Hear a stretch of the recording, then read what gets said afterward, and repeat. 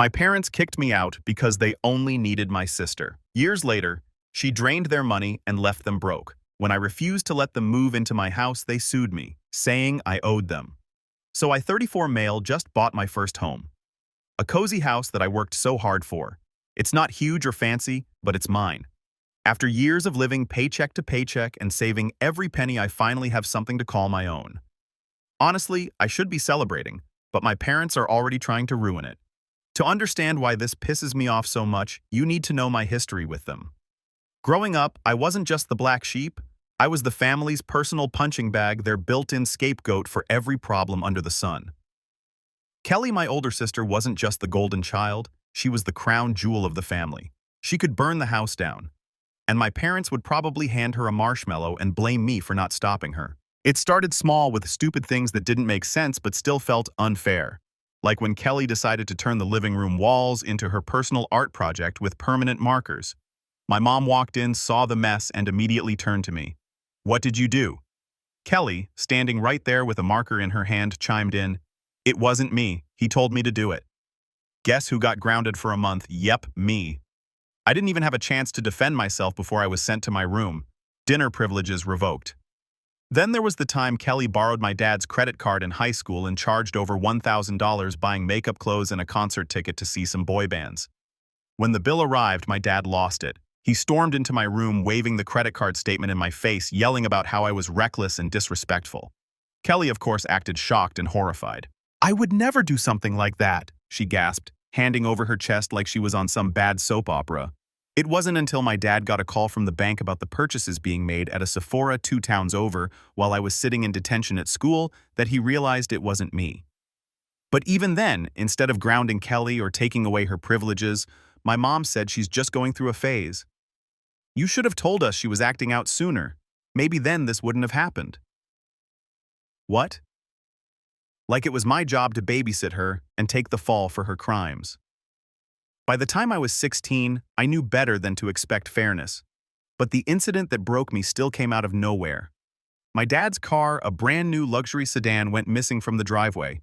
Apparently, Kelly had taken it for a joyride with her friends and smashed it into a guardrail. The cops were involved, and my parents were livid. Of course, Kelly told them I stole the car. She spun this whole story about how I took the keys and went out with some bad kids and left it wrecked on purpose. I tried to tell them the truth, that I hadn't even touched the car, but they didn't believe me. My dad blew up saying I was out of control and an embarrassment to the family. Without even giving me a chance to explain, they decided I was too much to handle and sent me to live with my grandma. And not just for a little while. This wasn't some temporary punishment or a chance to cool off. They permanently abandoned me. My dad literally said, "We can't have you here if you're going to destroy everything we've worked for." I wasn't the one who wrecked the car, but Kelly, she got off with a slap on the wrist. And by the time I was gone, my parents had bought her a car of her own, a freaking car. She cried about being traumatized by the accident, and they rewarded her with a brand new vehicle to help her rebuild her confidence. I never went back home after that. Grandma took me in and treated me better in 5 minutes than my parents had in 16 years. She didn't have much.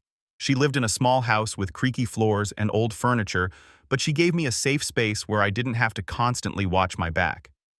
She believed me when I told her what really happened. She'd shake her head and mutter things like, "I don't know where your parents went wrong," but she never badmouthed them outright. That was just Grandma too, good for this world. Still, it stung. My own family had thrown me away. They didn't call, didn't visit, didn't even acknowledge my existence. Meanwhile, Kelly kept thriving. She got everything handed to her on a silver platter. My parents paid for her college tuition even though she barely went to class. When she decided she didn't vibe with her major, they bankrolled a semester off so she could figure things out. She used the time to travel around Europe with her boyfriend, taking Instagram-worthy photos of gelato in Italy and sunsets in Greece. All while I was working 2 part-time jobs to help Grandma with groceries. Then there was the house. My parents bought Kelly a house after she graduated barely from college, a whole ass house. When Grandma told me about it, I thought she was joking, but nope. Kelly had posted a tour of it online showing off the granite countertops and walk-in closets. My mom even commented on the post saying, "You deserve the best, sweetheart." I sat there staring at my phone wondering if these were the same people who couldn't even be bothered to ask if I was still alive. The resentment kept building. I wanted to confront them, to scream at them for abandoning me and treating me like garbage. But what would it change? They didn't care. They never had. So I stayed with Grandma, worked hard, and focused on building a life for myself. Over time, I learned to block out the bitterness, at least most of it. Still, it was hard not to compare my life to Kelly's. While she was living entry in her parents' purchased house, I was scraping together savings to one day afford a place of my own. While she was jetting off on vacations, I was juggling work and community college, trying to carve out some semblance of a future. But the worst part, they acted like I didn't exist. Birthdays, holidays, milestones, radio silence. One Christmas, I caved and called my mom, hoping for some kind of reconciliation. She picked up but sounded annoyed, like I'd interrupted something important. "Oh, you're still at Grandma's," she said. "Well, Kelly's hosting Christmas this year, so we're busy. Maybe next time." I didn't cry. I'd run out of tears for them a long time ago. Instead, I doubled down on my goals. I wasn't going to let their rejection define me. I worked harder, saved every penny, and slowly started to build a life I could be proud of. So, fast forward to now. I recently bought my first house, a 3-bedroom home with a decent backyard. It's not about the size or status for me, it's about what it represents. Freedom, security, and finally having something that's truly mine, or more accurately, ours. See, this isn't just my house. My grandma, the one person who's always been in my corner, is on the deed with me. After everything she's done for me, it was a no-brainer. Putting her name on the house wasn't just a gesture, it's a statement. This home belongs to the only real family I've ever had. And as fate would have it, that decision would turn out to be the best insurance policy I could have asked for. We'd only been living here a few months when Grandma's health started to decline, and that hit me hard. But I wasn't about to let her struggle alone. I hired a private nurse to help take care of her, someone who could be there while I worked. It wasn't easy to juggle, but this was Grandma. She deserved nothing less. While we were settling in, I got a call. I saw Mom pop up on the screen and nearly dropped my phone out of pure shock. My parents hadn't called me in years. The last time I heard from them, I was 25, busting my ass at a warehouse job, and they called to tell me Kelly was hosting Christmas, so I probably wouldn't feel comfortable coming. And now, out of nowhere, my mom decides to play concerned parent. Yeah, I wasn't buying it. Still, I answered. "Hi, sweetheart." She chirped, her tone so sugary I almost gagged. "We heard you got a house. That's such a big step. You must be so proud." "Yeah," I replied cautiously. "What do you want?" The fake cheerfulness vanished like a popped bubble. "Well, your father and I are in a bit of a bind. You know how things have been tough for Kelly lately. I already knew where this was going, but I let her continue, and we had to help her out. It's been really hard on us financially, and we're losing the house. We were thinking, since you've got all that space, maybe we could stay with you for a while, just until we get back on our feet." There it was. The audacity, the absolute gall. I almost laughed. After everything they'd done, kicking me out, abandoning me, ignoring me for years, they really thought I'd just open my doors to them. "No," I said flatly. She gasped like I'd slapped her. "But we're family." "Were we family when you dumped me on Grandma?" I snapped.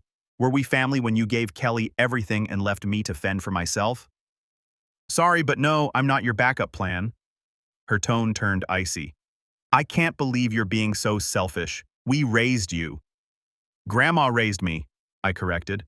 "And I'm not giving you a damn thing." I hung up, shaking with anger. But it didn't stop there. Over the next few days, the guilt trip texts started rolling in.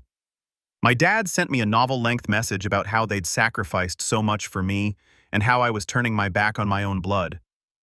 Kelly even had the audacity to chime in, calling me pathetic for letting our parents suffer. This coming from the woman who caused the entire mess in the first place. See, Kelly's house, the one my parents bought for her, got foreclosed because she maxed out her credit cards trying to live like some Instagram influencer. When that house of cards came crashing down, she ran crying to Mom and Dad, who drained their savings to bail her out. But it wasn't enough. Now they were broke, losing their own home, and Kelly was living with them again, still mooching off whatever scraps they had left. Meanwhile, Grandma and I were thriving. I got a better job soon after moving, which meant I could start putting money into upgrades for the house. Even with Grandma's nurse bills stacking up, we made it work. For the first time in my life, I felt like I was exactly where I was supposed to be. But of course, my parents couldn't let me have peace. They showed up at the house one afternoon uninvited, banging on the door like they were the cops. When I opened it, my mom immediately tried to push her way inside. "We need to talk," she said, her voice sharp. "No, we don't," I replied, blocking the doorway. "Whatever you're here for, the answer is no." My dad stepped forward, looking angrier than I'd ever seen him. "We, your parents, we gave you everything, and this is how you repay us." "You gave me nothing," I said calmly.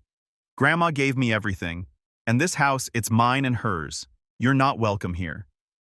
My mom's voice hit a new pitch. "This house wouldn't exist without us. You wouldn't exist without us. You owe us." I laughed bitterly. Grandma finally had enough. She came to the door frail but firm, her voice calm and unwavering.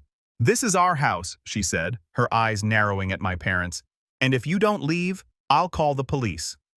That shut them up real quick. They stormed off, muttering under their breath about how I was ungrateful and selfish. A week later, I heard through mutual acquaintances that my parents were telling everyone I'd stolen the house from them. According to their version of events, they had helped me financially, and I had cut them out once I got the keys, which of course was complete and utter. Every dime that went into this house was mine, and the deed with Grandma's name on it proved it. Kelly was still mooching off them, still causing chaos. Apparently, she'd maxed out another credit card, this one co-signed by my dad, and now they were on the hook for even more debt. Their house officially went into foreclosure, and the three of them were crammed into a tiny rental apartment. Meanwhile, I'm finally building a life that is mine. Not because of my parents, but in spite of them. Every time I walk through the front door, I'm reminded of what real family looks like, and that's worth more than anything they could have ever offered.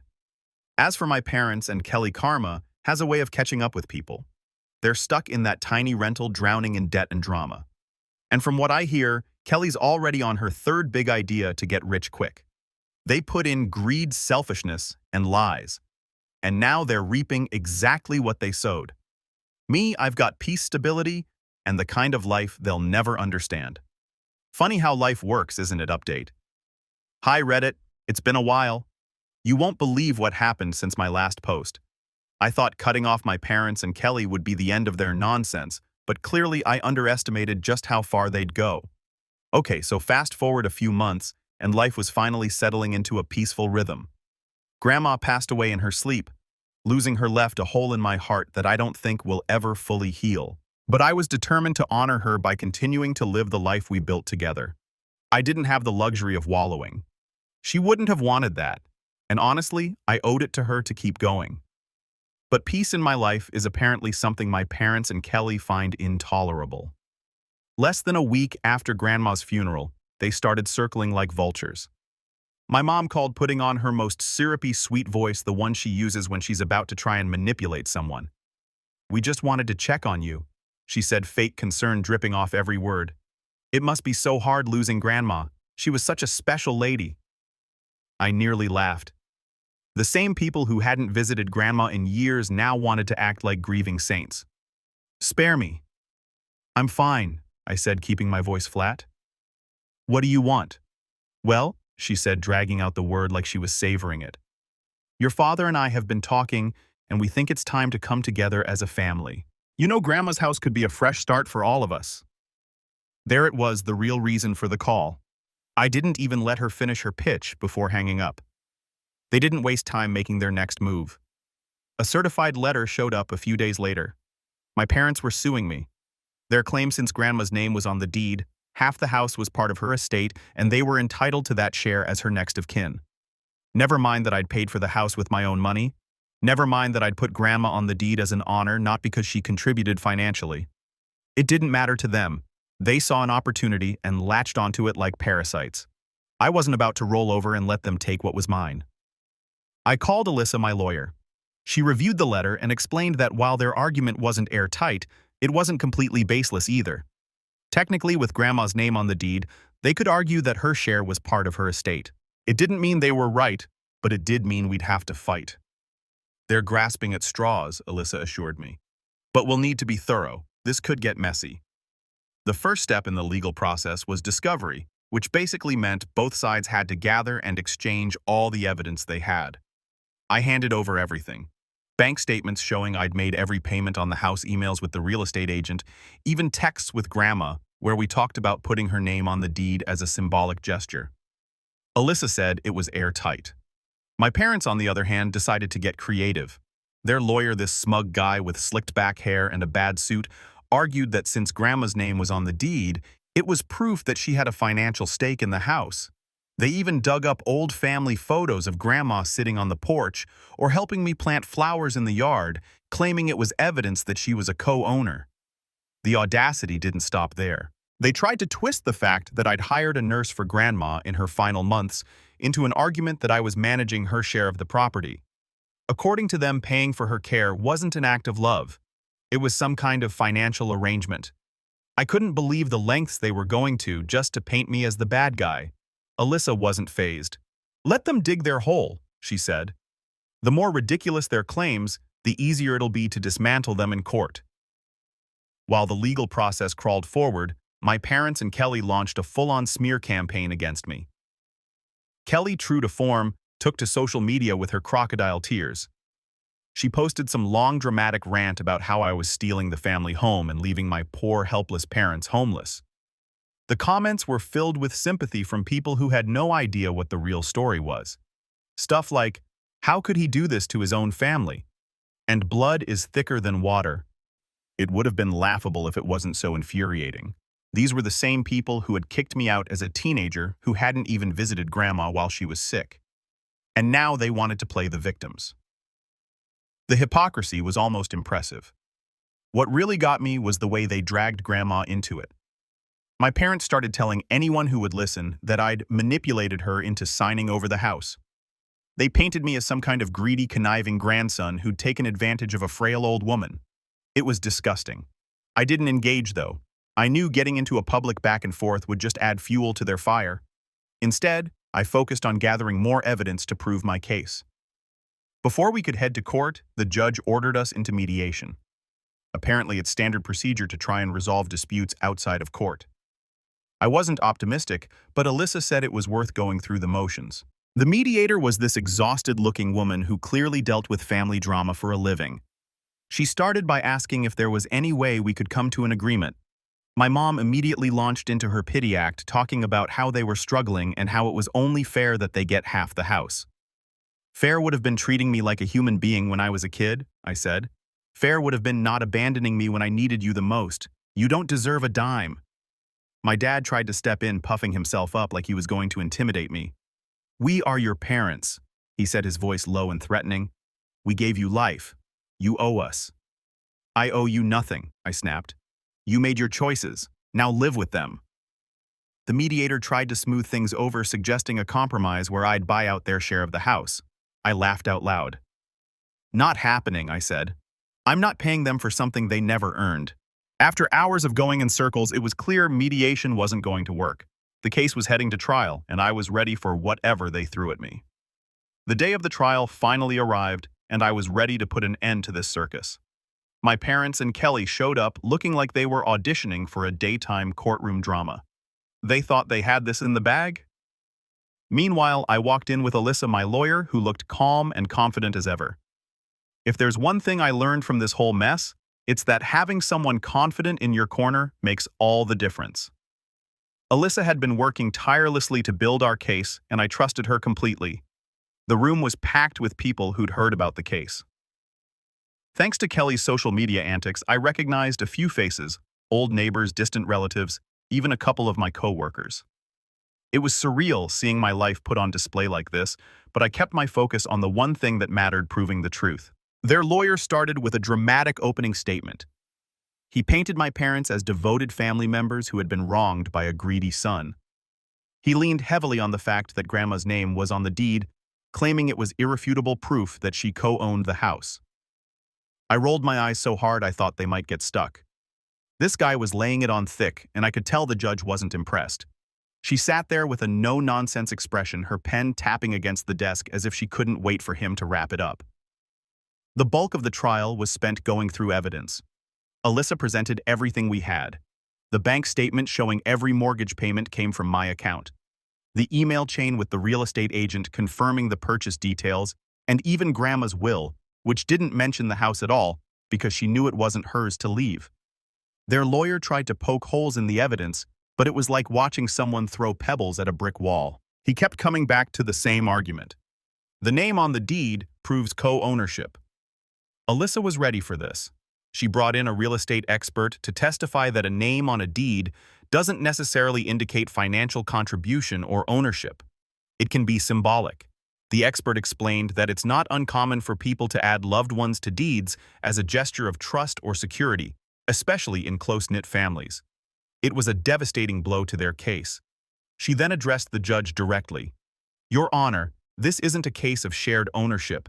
It's a case of one family trying to exploit a technicality for financial gain." The most satisfying part of the trial was watching Alyssa cross-examine my mom. My mom had come prepared with her usual crocodile tears, but Alyssa wasn't having it. Alyssa began her tone polite but firm. "Can you tell the court how much money you or your husband contributed to the purchase of this house?" My mom hesitated, her face turning red. "Well, we didn't contribute financially, but that's not the point. It was always understood that this house was part of the family." "Understood by whom?" Alyssa pressed. "Because we've seen no evidence to suggest that my client ever agreed to this arrangement." My mom stammered, trying to pivot. "We as parents, we raised him. Isn't that enough?" Alyssa didn't miss a beat. "This isn't about parenting. It's about property ownership. If you didn't contribute financially, and there's no written agreement supporting your claim, how do you justify your demand for half of this house?" My mom had no answer. She looked like she wanted to crawl under the table. After several days of testimony and evidence, it was finally time for the judge to make her ruling. She started by acknowledging the emotional nature of the case, but emphasized that her decision would be based on facts, not feelings. "The evidence is clear," she said. "While the name on this deed might suggest co-ownership at a glance, the financial records tell a different story. The plaintiff paid for this property in its entirety. The inclusion of his grandmother's name on the deed was a symbolic gesture, not a financial agreement.